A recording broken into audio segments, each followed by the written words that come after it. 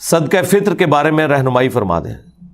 صدقہ فطر کے بارے میں میں نے تفصیلی ویڈیو بھی ریکارڈ کرائی ہوئی ہے. دیکھیں یہ ایک سا آپ نے دینا ہوتا ہے اناج صدقہ فطر.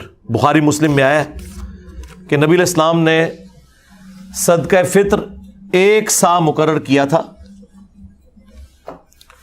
اناج جو کی شکل میں، گندم کی شکل میں، کھجور کی شکل میں، پنیر کی شکل میں، کشمش کی شکل میں، یہ ساری چیزیں بخاری مسلم میں آئی ہیں.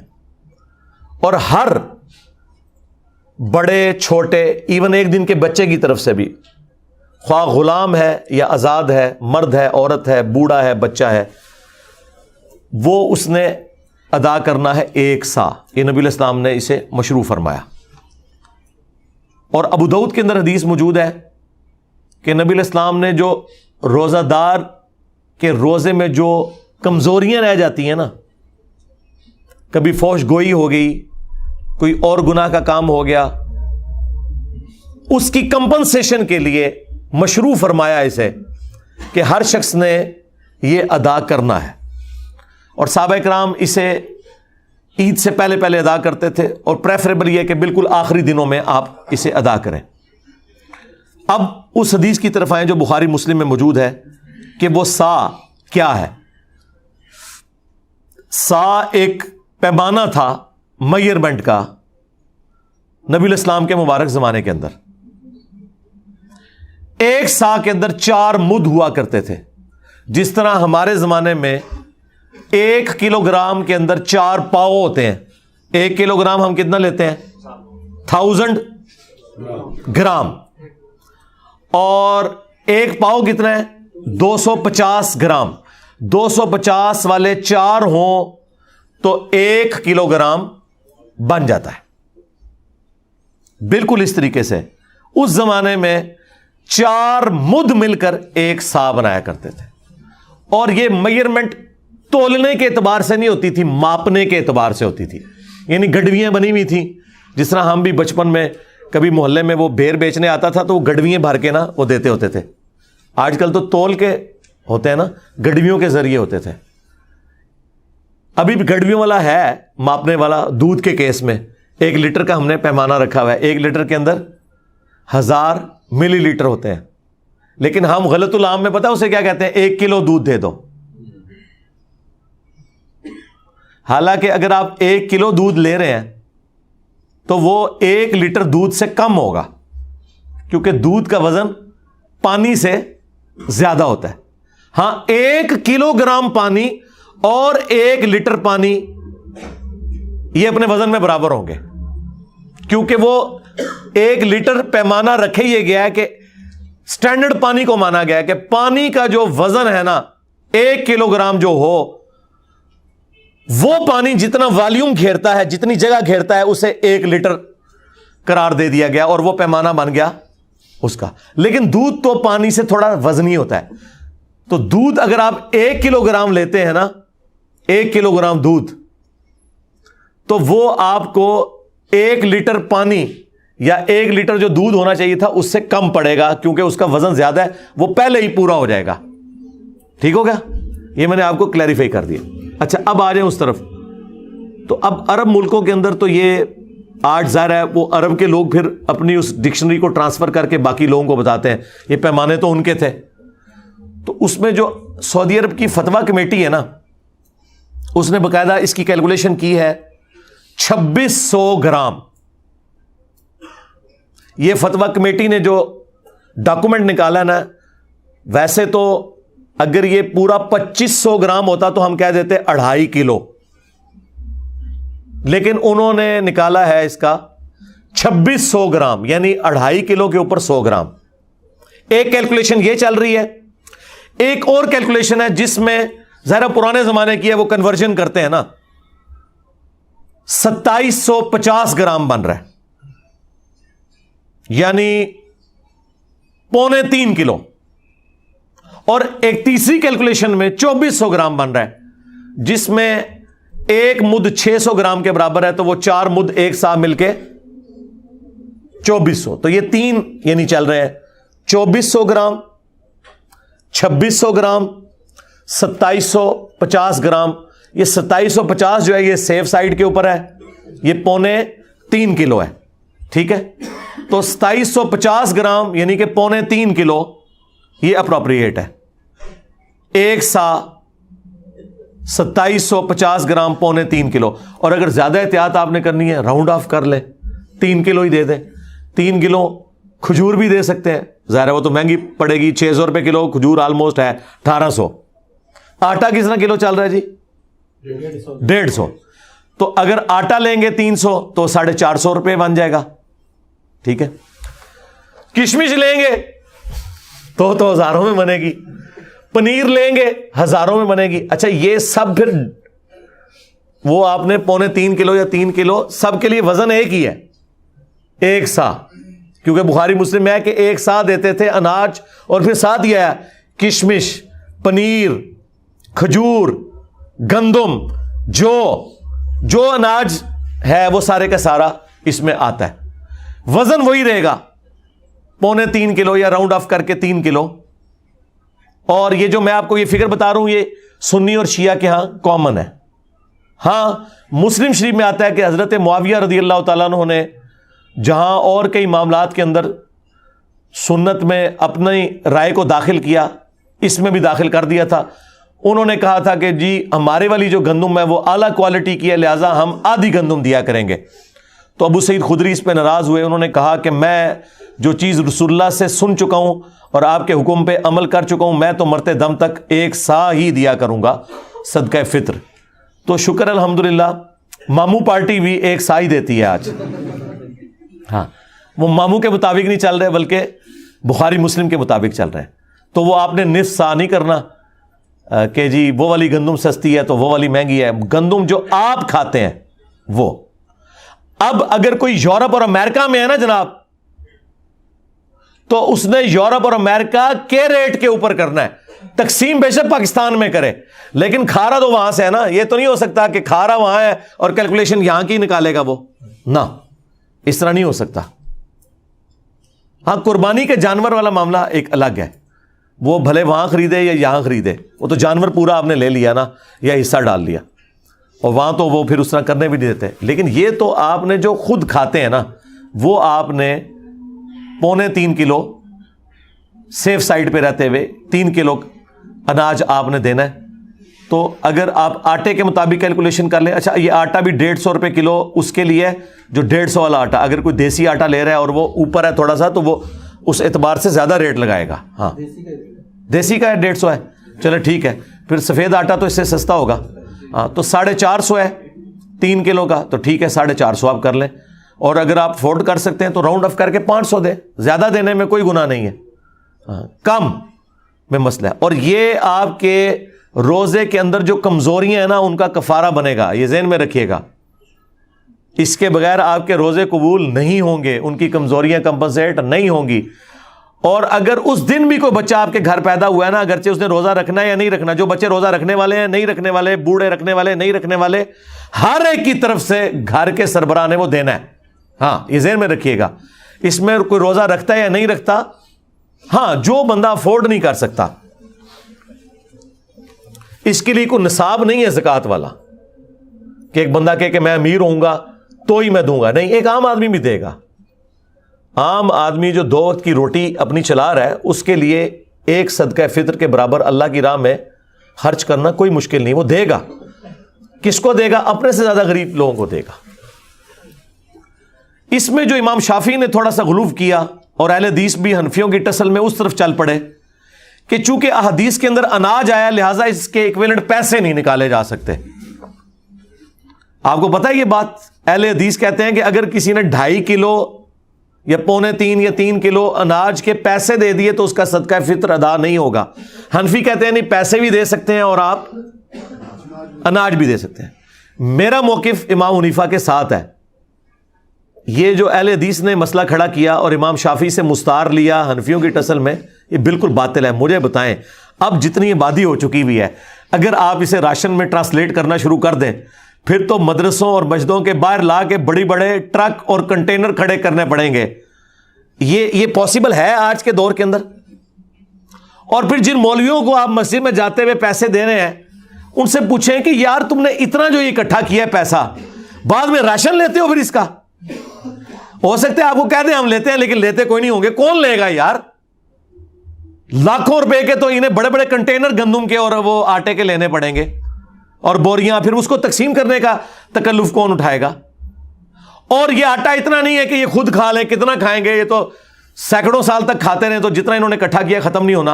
اور بس وہ پیسے لگا رہے ہیں اپنی گاڑیوں کے پیٹرول کے اوپر اور اپنے گھر کے بجلی کے بلوں کے اوپر. تسی خوش ہو, صدقہ فطر ادا کرتا ہے, تسی ہوندے رہو خوش. تو یہ باطل مسئلہ ہے, اور اس میں میں علمی ان کو اینٹی وینم اور الزامی جواب دیتا ہوں کہ زکوٰۃ جو ہے وہ آپ کی دولت کا 40واں حصہ ہوتا ہے, آپ نے ہر سال نکالنی ہے 2.5%. تو مجھے بتائیں, کیا ہم سونے کی زکوٰۃ جب نکالتے ہیں تو اس سونے کو توڑوا کے اس کا 40واں حصہ دیتے ہیں یا اس کے برابر کرنسی دیتے ہیں اللہ کی بارگاہ میں؟ کرنسی. ادھر کبھی کسی اہل حدیث نے نہیں کہا کہ جی نہیں وہ سونے کے بدلے سونا ہی دینا ہوتا ہے کیونکہ زکوٰۃ تو سونے کے اوپر ہے اور سونا نکالنا ہے, چاندی کے بدلے چاندی نکالنی ہے. وہاں تو کوئی نہیں کہتا. وہ کیا کہتے ہیں جی ایکویلنٹ ہی ہے جی اس کے, ہاں ایکویلنٹ ہی ہے اس کے. تو یہ بھی ایکویلنٹ ہے. ایک غریب آدمی کو آپ راشن ڈلوا دیں, ایک غریب آدمی کو راشن کے پیسے دے دیں, یہ ایکویلنٹ ہے صدقہ فطر کے بھی. اور اس طریقے سے قرآن میں جو ہے کہ روزہ چھوڑنے کا جو فدیہ آپ نے دینا ہے ایک وقت کا ہی کھانا ہے. وہاں پہ میں حنفیوں کے ساتھ نہیں ہوں, حنفی کہتے ہیں 2 وقت کا کھانا ہے, خود سے انہوں نے دین میں داخل کیا ہے. وہاں اہل حدیث کا موقف ٹھیک ہے. دیکھیں ہم تو بیلنس چلتے ہیں, جس کی جو بات درست ہے اس کو صحیح کہتے ہیں. کہ قرآن میں جب آیا نا کہ آپ نے روزے کے بدلے فدیہ دینا ہے, تو قرآن کو کوئی آر نہیں تھی یہ کہنے میں کہ 2 وقت کا کھانا. آج کل تو بھائی 3 وقت کا کھانا ہے, ہم تو 3 وقت کھاتے ہیں عموماً. تو قرآن نے کہا کہ آپ نے مسکین کو فدیہ دینا ہے جو اوسطاً تم کھاتے ہو. تو اس کا مطلب ایک عام آدمی بھی, ایک گورا بھی پہلی دفعہ جب قرآن پڑھے گا نا تو اس کا مطلب یہی لے گا کہ ایک مسکین کو 1 وقت کا کھانا کھلانا ہے. حنفیوں کا 2 وقت کا کھلانا باطل ہے کیونکہ آج کل تو ہم 3 وقت کھا رہے ہیں. پھر ہر زمانے کا, ہر علاقے کا اپنا کلچر ہے. وہ بات ٹھیک ہے کہ ایک کھانے کے ایکویلنٹ, خواہ اسے کھانا کھلا دیں مسکین کو, خواہ اسے اتنی رقم دے دیں. اور یہی موقف تمام کفاروں کے لیے ہے, وہ 60 مسکینوں والا ہو, خواہ وہ 1 مسکین والا ہو, سب کا ایکویلنٹ یہ ہے کہ آپ پیسے بھی دے سکتے ہیں اور کھلا بھی سکتے ہیں. یہ آپ کی مرضی ہے, یہ اس کے اندر ٹالرنس موجود ہے. لہٰذا میں صدقہ فطر کے حوالے سے بالکل کلیئر ہوں. اگر آپ پیسے بھی دیتے ہیں کوئی ایشو نہیں ہے, اور جو لوگ زیادہ افورڈ کر سکتے ہیں وہ 3 کلو یا 3.25 کلو کشمش کی رقم کیلکولیٹ کریں. اب مجھے تو اس کی قیمت پتہ ہی نہیں کہ اس وقت کیا ہوگی, کیونکہ ہم تو اس طرح یہ کوئی آئٹم نہیں ہے, یہ تو چھٹانک برابر لیا جاتا ہے, اتنا مہنگا ہے. تو وہ ہزاروں میں بن رہا ہوگا. پنیر, چلے پنیر کی تو ہم کیلکولیشن کسی حد تک کر سکتے ہیں اس اعتبار سے کہ دیسی گھی کا کیا ریٹ چل رہا ہے جی آج کل, 3,000 روپے کلو, تو 9,000 روپیہ ہوگا اگر آپ دیسی گھی بھی دے سکتے ہیں. یہ بھی وہ ساری مصنوعات ہیں جو آپ کے کامن یوز میں. تو کسی کو زیادہ شوق ہے خرچ کرنے کا اور اسی مد میں, تو 9,000 روپیہ ایک گھر کے فرد کی طرف سے بے شک دے. 3 کلو دیسی گھی, جو چیزیں آپ کے کھانے کے یوز میں ہیں, اناج کی شکل میں ہو, کیونکہ وہاں پنیر آیا تھا نا, تو وہ آپ دے سکتے ہیں. وہ آپ کی مرضی, جس طریقے سے آپ مرضی کریں. وہ اللہ تعالیٰ نے آپ کو ٹالرنس دی ہوئی ہے, لیکن بہتر یہی ہے کہ آپ وہی چیزیں جو احادیث کے اندر آئی ہیں, جو کشمش, پنیر, گندم اور اسی کی فارم آٹا, کھجور, یہ آپ دے سکتے ہیں. کھجور کی کیلکولیشن چلے آسان ہے, جو اچھی والی تھوڑی سی نارمل کھجور ہے وہ 600 روپے کلو ہے, تو 1800 بن گیا. چلے 2,000 روپے آپ فیکس دے دیں. ضروری ہے آپ نے 500 دینا, 2,000 بھی دیں فیکس. اور ہر گھر کے ہر فرد کی طرف سے آپ نے دینا ہے. جو بیچارے افورڈ نہیں کر سکتے وہ نہ دیں, وہ لے لیں. ہاں ظاہر ہے اللہ تعالیٰ نے بیلنس کیا نا, زکوٰۃ دینے والے جبھی اپنی زکوٰۃ دیں گے جب کوئی لینے والا بھی موجود ہوگا. ہاں تو وہ لے لیں اگر نہیں دے سکتے. لیکن اگر وہ افورڈ کر سکتے ہیں تو وہ اپنے سے غریب لوگوں کو دیکھیں. دنیا میں ہر غریب آدمی سے نیچے بھی کوئی غریب آدمی موجود ہوتا ہے, صرف آپ کو نظر نہیں آ رہا ہوتا کیونکہ آپ نے چشمہ اپنا لگایا ہوا ہوتا ہے. اس لیے مسلم شریف میں حدیث ہے, نبی علیہ السلام نے فرمایا ہمیشہ اپنے سے نیچے والے لوگوں کو دیکھو, یوں تمہیں اللہ کی نعمتوں کے اوپر قناعت نصیب ہوگی, صبر آ جائے گا. اوپر نہ دیکھو, اوپر کا تو اینڈ ہی کوئی نہیں ہے. اچھا اوپر جہاں دیکھنا چاہیے وہاں اوپر دیکھتے ہی کوئی نہیں, اور وہ ہے آخرت کے معاملے میں. ادھر کہتے ہیں بڑے گناہگار ہیں جی, کتنے نبی صلی اللہ علیہ وسلم انہوں نے صحابہ, ٹھیک ہے, یعنی وہ یہ کہہ رہے تھے ابو جہل پڑھنا جائے, سانو یہ نہ کہو کہ ابو بکر عمر عثمان و علی کے راستے پہ چلے. جہاں ہمیں کوشش کرنی چاہیے اعلیٰ درجے کی کہ ہم پیغمبروں کا پڑوس جنت میں حاصل کریں, وہاں کہتے ہیں اسی بڑے گناہگار ہیں, اور دنیاوی معاملات میں دوسری طرف چل پڑتے ہیں. یہ انسان اپنے آپ کو دھوکہ دے رہا ہوتا ہے, اس سے زیادہ کچھ نہیں ہے. اور نبی علیہ السلام نے بالکل اپوزٹ اس کے تعلیمات دی ہیں. بخاری مسلم میں حدیث ہے, اے اللہ محمد اور آل محمد کو بس اتنا ہی رزق دینا کہ ان کی روح اور جسم کا رشتہ برقرار رہے, بس سانسیں میری چلتی رہیں, اتنا رزق کافی ہے. ہاں, بخاری مسلم دونوں میں حدیث ہے. عائشہ سلام اللہ علیہا کہتی ہیں کہ بعض اوقات 1 مہینہ, بعض اوقات 2-3 مہینے بھی گزر جاتے تھے, ہمارے گھر چولہا نہیں جلتا تھا, 2 کالی چیزوں کھجور اور پانی کے اوپر گزارا ہوتا تھا, اور وہ بھی ٹنوں ٹن نہیں, 2 کھجوریں صبح 2 شام کے وقت, یہ ٹوٹل خوراک تھی. اور ایک میٹھا پانی کا پیالہ جو اس زمانے میں کئی میلوں سے پیدل بھر کے لانا پڑتا تھا, تکلیف دہ کام تھا, اس لیے پانی بھی کوئی تھوک کے صاف سے نہیں تھا جو آج آپ ٹوٹیاں کھول دیتے ہیں. پانی میٹھا بھی ایک ایشو تھا. یہ ٹوٹل ان کا ایک سرمایہ تھا. اور پھر وہ رکت انگیز حدیث جو بخاری مسلم کی ہے, جب نبی علیہ السلام اپنی بیویوں سے ناراض ہو کے گھر کے اوپر والے حصے میں شفٹ ہو گئے, جس میں صرف ایک مشکیزہ کونے میں لٹک رہا تھا اور ایک برتن پانی والا اور ایک چٹائی, اور اس پہ نبی علیہ السلام آرام فرماتے, اور آپ کے اوپر کرتا بھی کوئی نہیں تھا, صرف تہمت باندھی ہوئی تھی, آپ لیٹے ہوئے ہیں. حضرت عمر اجازت لے کے جب گئے, آپ نے ایلا کیا تھا, 1 مہینے تک بیویوں سے ناراض ہوئے تھے کیونکہ بیویوں نے ڈیمانڈ کی تھی کہ اب تو ہمیں وسعت ہو چکی ہے, ہمارا خرچہ بڑھائیں, لیکن حضور تو فقر کی زندگی گزار رہے تھے. اور پھر اللہ تعالیٰ نے اپنے نبی کا ساتھ دیا ہے, ان کی بیویوں کا ساتھ نہیں دیا. سورۃ الاحزاب کی آیات نازل کی کہ اے نبی اپنی بیویوں سے فرما دو کہ اگر تم دنیا اور اس کا مال چاہتی ہو تو آؤ میں تمہیں یہ مال دے کے رخصت کر دیتا ہوں, طلاق دے دیتا ہوں, اور اگر تم اللہ, اس کا رسول اور آخرت کا گھر چاہتی ہو تو اسی طرح گزارا کرنا ہوگا, کیونکہ اجر بھی تو ڈبل ہونے والا ہے نا. تو نبی علیہ السلام 1 مہینے تک ناراض رہے گھر کی چھت پہ. اسی میں ہی حدیث میں بخاری مسلم میں آتا ہے کہ سیدنا عمر نے جا کے اپنی بیٹی کو بھی ڈانٹا, سیدہ حفصہ کو, باقی بیویوں کے ساتھ بھی جا کے تھوڑی مس ہینڈلنگ کی. بعد میں وہ پھر پچھتاتے بھی تھے, مجھے کیا یہ رائٹ پہنچتا, چلو میں اپنی بیٹی کو تو ڈانٹ سکتا ہوں, باقی بیویوں کو میں کیسے. لیکن وہ حضور کی محبت میں, آپ پتہ ہے حضرت عمر تو پھر میرے سے زیادہ جذباتی تھے. تو اب وہ کہتے ہیں کہ میں نے ارادہ کیا میں حضور کو کوئی ایسی بات کروں کہ حضور مسکرائیں, کیونکہ آپ تو بڑے سیریس موڈ میں بیٹھے ہیں. تو میں نے جاتے ہی کہا یا رسول اللہ دیکھیں جب تک ہم مکے میں تھے نا, ہماری بیویاں کتنی ہمارے کنٹرول میں تھیں, لیکن یہ انصار کی بیویاں تو اتنی تیز ہیں کہ انہوں نے اپنے مردوں کو دبا کے رکھا ہوا ہے, اور ان کو دیکھ دیکھ کے ہماری بیویاں بھی ہم پہ شیر ہو گئی ہیں. تو حضور اس بات کے اوپر مسکرائے, کہتے ہیں مجھے تھوڑی تسلی ہوئی کہ حضور کا موڈ تھوڑا بہتر ہو رہا ہے. تو پھر انہوں نے گپ شپ شروع کر دی. پھر نبی علیہ السلام کی جب وہ حضور پھر اٹھ کے بیٹھے جب, تو آپ کے کندھے کے اوپر چٹائی کے نشان تھے, اوپر کرتا بھی نہیں تھا, یا اگر چادر تھی تو چادر تو پھر اس طرح لی جاتی ہے تو احرام کی شکل میں بعض اوقات, تو وہ نشان. حضرت عمر نے رونا شروع کر دیا کہ یا رسول اللہ آپ اللہ کے رسول ہیں اور آپ کی یہ حالت ہے, اور کیسر و کسرا دنیا کے مزے لوٹ رہے ہیں, اور آپ اللہ کے پیغمبر ہو کر دنیا اور آخرت میں انسانیت کے سردار ہو کر آپ کی حالت ہے. تو نبی علیہ السلام نے ایک جملہ بولا, بڑا سخت جملہ تھا. آپ نے فرمایا لگتا ہے عمر دنیا کی حقیقت ابھی بھی تم پر نہیں کھلی. باقی بابے تو شاہی کوئی نہیں, تبھی تو یہ نذرانے بٹور رہے ہیں. حضرت عمر پہ تو پھر بھی کھل گئی یہ جملہ سن کے, ان پہ آج تک نہیں کھلی. آج تک آپ کے چندے بٹور رہے ہیں, آپ کے چندوں کے اوپر عیاشیاں کر رہے ہیں, اور آپ کہتے ہیں ہمیں کچھ دیں گے, آپ ان کا چندہ بند کریں گے, روڈوں پہ آ جائیں گے. ہاں وہ کہنے سے نا بابا جی کے لوہر ایک بابا پال رہے ہیں, میں کہ بابے کا چندہ آج بند کرو, انہاں مزاراں تے کتے پھرن گے, صفائی کرنے والا بھی نہیں تانوں لبے گا. ہاں لنگر کھوانا دور دی گل, کتے پھرن گے اتنے. نبی علیہ السلام نے فرمایا لگتا ہے عمر ابھی بھی دنیا کی حقیقت تم پر نہیں کھلی، کیا تم اس بات پہ راضی نہیں ہو کہ کیسر و کسرا یعنی رومنز اور پرشینز کے بادشاہ دنیا کے مزے لوٹیں اور ہم آخرت کی سعادت لوٹیں؟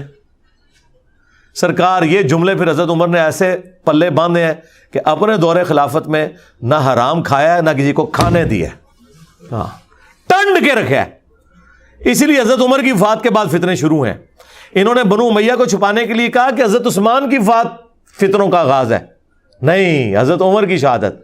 بخاری مسلم میں حدیث ہے میری امت اور فتنوں کے درمیان دروازہ عمر ہے، جب یہ دروازہ توڑ دیا جائے گا تو امت پہ فتنے شروع ہو جائیں گے۔ اور وہ فتنہ یہ تھا کہ حضرت عمر کی زیرو ٹالرنس تھی، یعنی کہ مجھ سے زیادہ سخت تھے، وہ نہ حرام کھاتے تھے نہ کھانے دیتے تھے، زیرو ٹالرنس تھی، مینجمنٹ بڑی اسٹرانگ تھی۔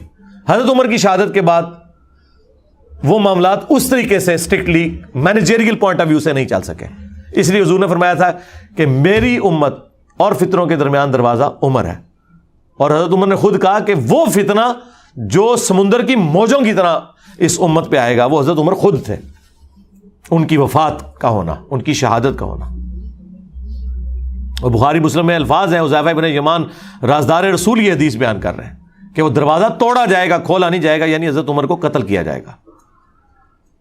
اور میرے نزدیک تو حضرت عمر کے قاتلین بھی بنو امیہ ہیں، اس کے بینیفیشری بھی، اور ان کو لانچ کرنے والے بھی یہ بنو امیہ ہی ہیں، یہ الگ سے ایک ٹاپک ہے۔ صلو علی محمد وآل محمد، اللہم صلی علی محمد وعلی آل محمد واصحاب محمد وازواج محمد اجمعین الی یوم الدین۔